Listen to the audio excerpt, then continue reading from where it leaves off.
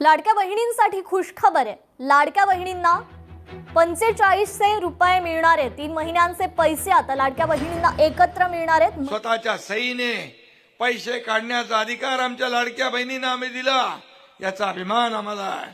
त्यामुळे लाडक्या बहिणींचं घरात वजन वाढलं, आदर सन्मान वाढला, समाजामध्ये आदर सन्मान वाढला आणि म्हणून आता पैसे हात पसरण्याची वेळ त्यांच्यावर आता येणार नाही।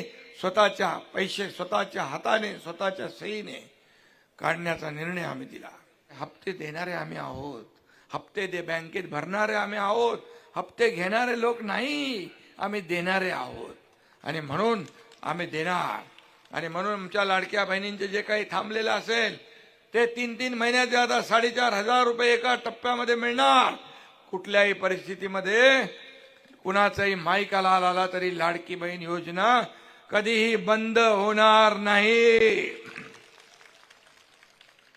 उलट तुम्हाला तुमच्या पायावर उभं करायचं आहे। आम्हाला तुम्हाला लखपती झालेलं बघायचं आहे।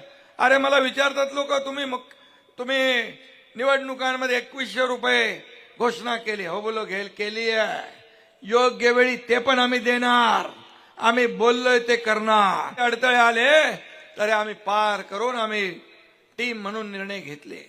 आपल्याला मला सांगायला या ठिकाणी अभिमान वाटतो, दरवर्षी 40 ते 45 हजार कोटी रुपये मुख्यमंत्री माझी लाडकी बहीण योजनेमध्ये खर्च होता। मी आपल्याला सांगतो, आम्ही जी ओवाळणी माझ्या लाडक्या बहिणींना टाकली आहे ती फक्त निवडणुकापुरती नाही, दिवाळी दसऱ्यापुरती नाही, भाऊबीजेपुरती नाही, दर महिन्याला या भावाची ओवाळणी माझ्या बहिणीला मिळणार म्हणजे मिळणार। त्यामुळे ही कायमची आहे, ही कधी बंद होणारी ओवाळणी नाही। काही लोक म्हणतात शेतकऱ्यांचं कर्ज माफ कधी करणार, तुम्ही आश्वासन दिलंय। मी आपल्याला सांगतोय, आश्वासन आम्ही दिलंय। मुख्यमंत्री आणि आमची बैठक एक झाली आहे, एक कमिटी गठीत केलेली आहे आणि आपल्याला सांगतो, शेतकरी आमचा अन्नदाता आहे, शेतकऱ्याला वाऱ्यावर सोडणार नाही।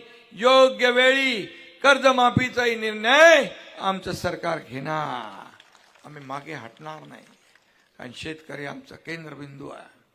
शेतकरी हा अन्नदाता आहे, त्याला वाऱ्यावर आम्ही सोडणार नाही।